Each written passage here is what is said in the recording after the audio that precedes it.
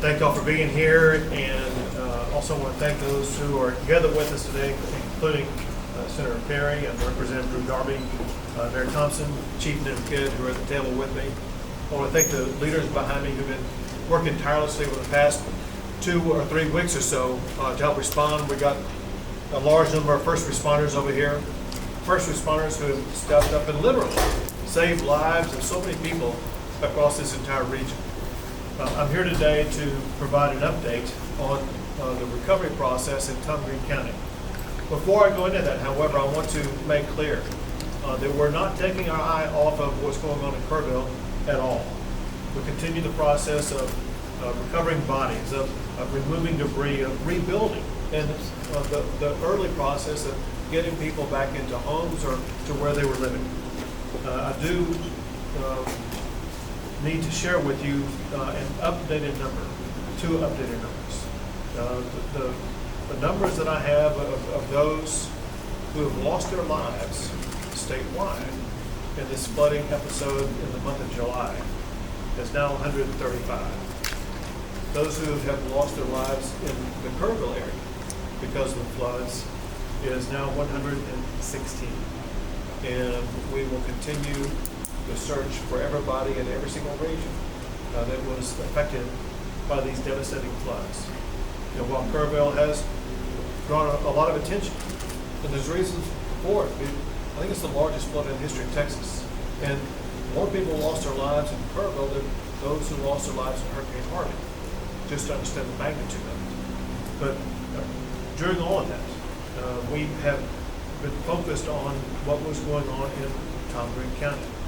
And we began working with Tom Green County since at least the day before the storms hit, beginning on July the 3rd. On July the 3rd, the state deployed Texas Task Force 1 boat crews to be here and be available in the event they were needed. It turned out they were needed. We also deployed other resources and assets to make sure that there would be the ability to respond, including a boat crew that was sent to Brady on July the 3rd, the day before the flooding took place. I issued a state disaster declaration for Tom Green County on July the 4th and requested a federal disaster declaration for Tom Green County on July the 10th. And it was granted the next day. Now, in Tom Green County, we are working with officials and working with the community to go through the many stages of the recovery process. Part of that is helping individuals in the tough challenges they're facing, whether it be mental, emotional, physical, or property or family, whatever the case may be. We have so many agencies at the Disaster Recovery Center right now that are responding to the needs of people in the Tom Green County area. Other needs that are being made at the Disaster Recovery Center are the needs concerning individual assistance. That individual assistance is now available because of the major disaster declaration that was granted by the federal government, by President Trump. Also, public assistance is available for Tom Green County to rebuild the roads and other structures that the county and city are responsible for. I mentioned it at the Disaster Recovery Center. We have today, but we'll have for days on end, more than a dozen state agencies available to help address the needs of the people in this community. Another thing that we're doing is gathering information that helped us understand the way the response was undertaken. And I got to tell you, we've not seen a better response in the state of Texas. And there are articulated reasons for that. One is there was a great deal of collaboration at all levels, from the very first minute all the way until this moment in time. The response by local officials was extraordinary. We actually, in talking to Chief Nim Kidd, we consider the way that Tom Green County, and I say that the county, obviously involves the city, your mayor, every local official at every level. We consider it to be a model for the way that communities need to respond to disasters like this. And we will talk more about that in the upcoming special session. But in talking to the officials about why they responded the way they did, they talked about being trained for events like this months in advance, being organized and executing on what the game plan was, but also maintaining a sense of compassion for the needs of the people of this community. Most importantly, they prioritized saving lives. In any type of disaster, saving lives is the first and foremost thing that everybody should have. And that's exactly what took place here. I've heard so many stories about so many rescues that have taken place.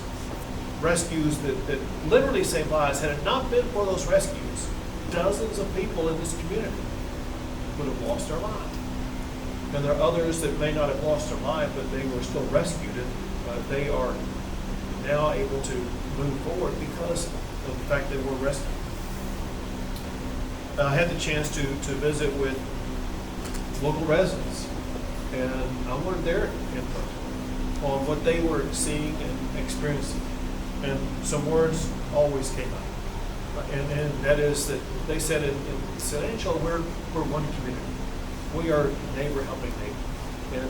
And we share things with each other. And you get a sense of the moral clarity and values of the people in this region that provide a sense of resilience and continuity for such a great community. One person mentioned this is neighbor helping neighbor. Others have talked about enduring relationships, that it's those relationships that help them get through these challenging times. Going forward, the state is going to remain working with Tom Green County until the recovery is complete. I mentioned a special session. As you know, we have a special session beginning on this coming Monday. And we have two leaders with us right now that will be very involved in that special session on ensuring that not just Tom Green County, but that every state, every county across the state is going to be evaluated. And we're going to look for strategies that we can pass laws on that will make preparation for these types of events better, make response to these types of events better, to make sure that we leave this disaster in a way that puts Texas in a better position going forward than we were before this devastating storm in our state. I know that one thing that I also hear about, that I want to just mention real quick, now that the storm has passed, the needs for housing have surfaced. And we are working at the Disaster Recovery Center on addressing those housing needs. In the meeting that we were at before coming out here, we talked about the pressing need to address housing. So it's one thing that's going to be happening in the DRC here in San Angelo. It's another thing that we will talk about in the course of the special session that's upcoming. We want to make sure that as we go into and come out of that special session, that we are striving to address every need of everybody in Tom Green County before that session is over. And now, with that set up, I'm going to toss it to a senator who's going to be very involved in that special session, Senator Barry. Thank you, Governor. And can't say enough that you came here, and it shows that Tom Green and people in it matter. And that's not true just for Tom Green, that's true for every Texan. I appreciate your leadership. As the Governor said, I don't know that the folks of Tom Green County can appreciate what was done. That had it not been for them, there would have been more lives lost. And so we're going to start the process this session, this special session. We didn't see this coming on your first call. Unfortunately, God and Mother Nature kind of had a different path, I think, for some of this. But I am confident that we will have a few hearings to figure out where we're at. What can we do better to prevent? What can we do better for mitigation? And that people will leave there hopefully informed, educated, but most importantly, hope. That's the one thing that we can't do as a legislature is put hope in the hearts of the folks that have been impacted at the most deepest levels. But the God that created the heart can. And I just hope that for those that have that certainty, that I'm thankful for that. For those that don't, I hope they run to that Creator, or not from that Creator in these times that we face across the state. I have all the confidence in the world. The state is big enough to what the governor just said, that not one single person will be left behind when it comes to what we need to address. But we'll find a way to do it. I wish I had all those answers today, Governor. We could save some special session time. But I trust my 181 colleagues in the House and the Senate. They're engaged. This is a serious issue. We've been here before as a state on some level. And we will come out shining as Texas always does. I can't say enough about the leadership at the local level that we're having a different conversation than we felt for their efforts coming. And I look forward to engaging them into that process to make sure other communities can see a success story like this one. We're ready to go to work. And I thank you for your leadership and setting this up first so we can have something to go on. Thank you. Now, Representative Drew Darby. Thank you, Governor. And again, on behalf of our community, welcome to San Angelo and the Concho Valley. Your presence here demonstrates the focus of your office and of the state organizations to help this community that's reaching out in this important time. Your presence is valued, and we want to publicly show you our appreciation for that. Dim Kidd, Chief Kidd with Texas Division of Emergency Management, thank you. You have been a presence here often, and that presence is very valued. Sean Baxter, your group that are here with us today are very important. The governor mentioned 12 state agencies. I bet there's a lot more state agencies that are involved in the recovery here in this region. I think the governor's proclamation early on has made a difference. I know you have been working with surrounding counties, whether it be Concho County, I think Coke County just recently. Thank you for that. We've got to remember that it's not only San Angelo and Tom Green County, it's the communities and counties around us that are also impacted, and thank you for that. It is difficult when you see the tragedy that occurred in Kerrville area, the loss of life, and there are folks here in this audience that have loved ones that were impacted by that. Our congressman had two daughters that were there at that time. So, this is about, we cannot bring them back. We cannot undo that. But what we can do is learn from it. And I think that is what Senator Perry and I and you, of course, are going to carry into the special session is what can we learn from it? How can we prevent it? There's going to be natural disasters to occur in the future, but how do we prevent this loss of life?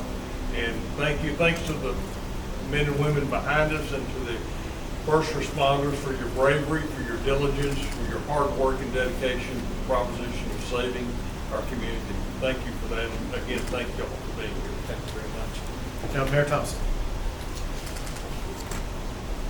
First things first, thanks for coming here and seeing us. As a voice of the local people here, I want you to know that from the word go the morning of the 4th, we heard from every one of y'all, all of our first responders. Everybody became a first responder. Well, what was very impressive along this pattern and path was the communications downhill that said, don't let government get your way. If you need help, let us know, and whatever you need, just ask. That rolled forward for 7, 10 straight days. City, municipal, state, federal people all came lockstep together to create a response where nobody was in the way. There were no egos in the room. It was, we'll do what we need to do to get it done. We developed many private-public partnerships, especially with our nonprofits, to let them manage and execute in areas that they have expertise that maybe city, state, and municipal government do not, as far as housing, volunteer management, and resource control. And they did an impeccable, outstanding job. Our reaction and response was great. Our recovery is going to be how we're going to be judged. And with the flow of assets coming from, say, Kerrville, this area up here, we have the opportunity to move our recovery from months to weeks. And with y'all's help and the conversations we just had, I've never been as, I would say, as excited or more confident that not only is that our goal ideal, it's also y'all's too. It's all comes down from the state level. Make this happen. Take care of your citizens. We're going to help you with housing. We're going to try to help you navigate a path. Most important thing that everybody said in there was there's lots of things that we need to figure out what those are.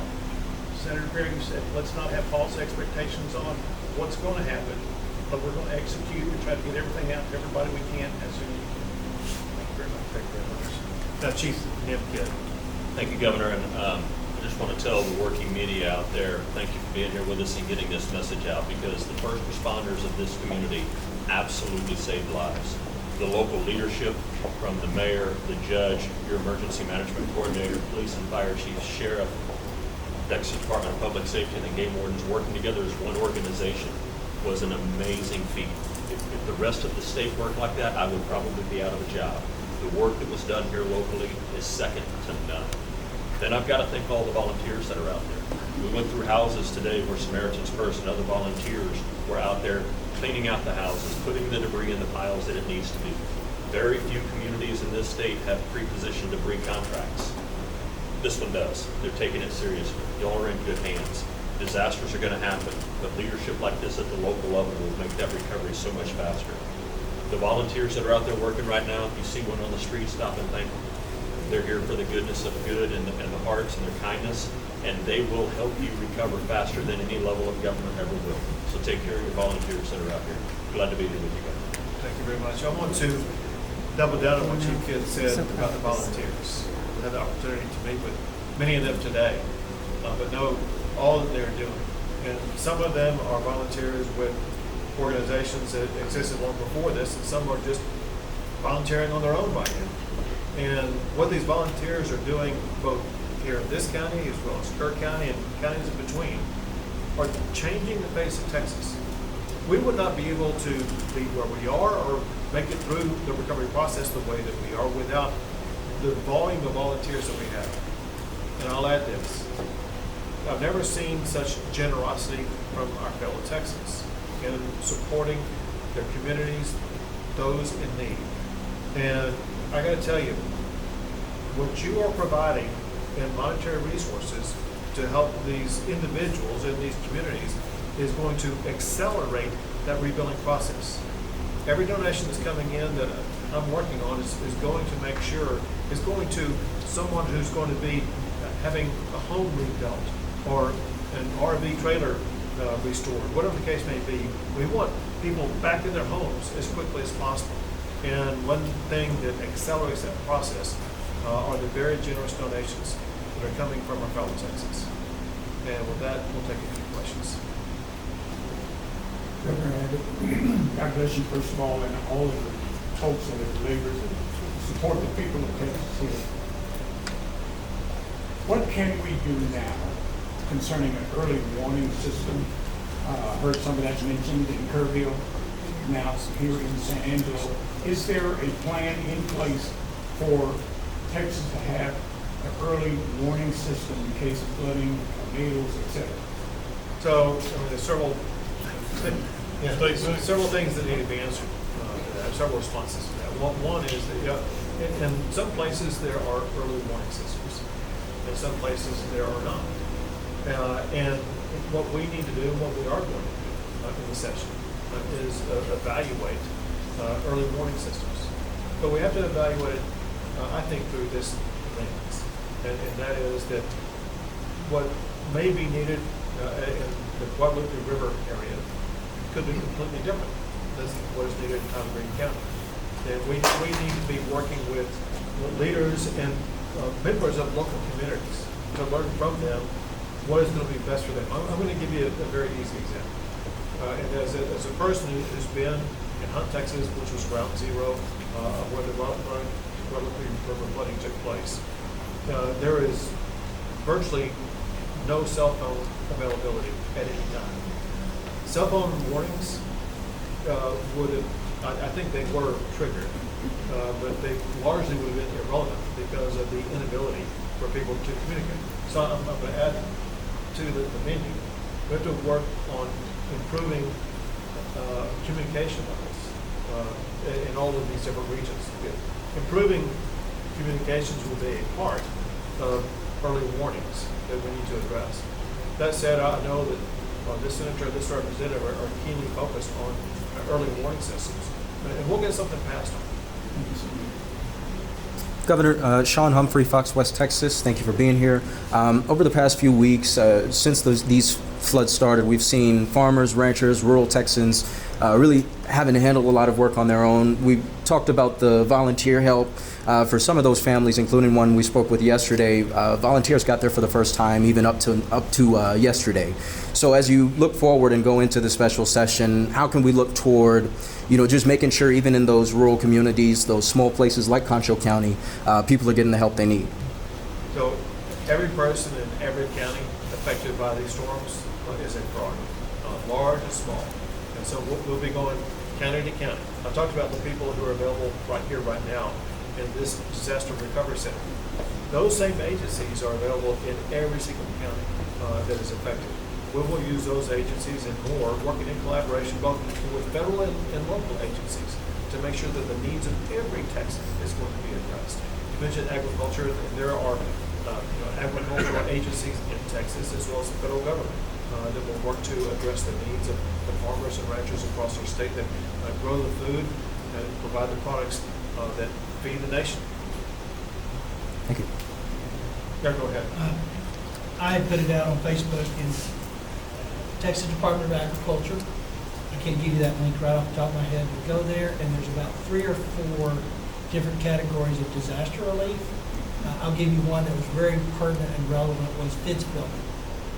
This is a privately funded bucket of money that Texas Department of Agriculture is responsible for delegating or dispersing it. And I think they're very quick about it. But I can tell you the agriculture, sheep, cattle, these guys in this area, if they've got fences and downs that came through this flood and stuff, that is a very helpful resource that people, I put that out in one day and I only had 2 people tell me they were having fence building within a few days. So just tag that Department of Agriculture resource. It's privately funded from private donations. I don't know what's in there, but I do know that Commissioner Miller, as well as his assistant Dan Hunter, are keenly aware of trying to get those monies out. So from the agriculture perspective, that's something that's pretty clearly in here, help from the most part. Go ahead. What would the housing assistance possibly look like, and would it help people get out of these possible floodplains? So the guy who knows most about that is Chief Nim Kidd. I'll have him address it. So thank you. Yeah, easy there, Mayor. Yeah, we've talked about some of the flooded houses that were here and whether they were or were not in a recognized or identified 100-year floodplain. The things that you're going to see in the rebuilding process is people whose homes that have already been cleaned out, that are cleared or re-permitted or get back in there. That's going to happen relatively quick. There's also been several volunteers and people across the community that have offered apartment complexes and others to get people out of hotels into something a little more suitable and sustainable until their homes are rebuilt. Now, there are federal programs that do get turned on in some disasters. We have not seen all of those longer-term recovery projects programs turned on yet, but we'll continue to work with the federal government once we see the housing inventory needs to make sure that those needs are addressed as soon as possible.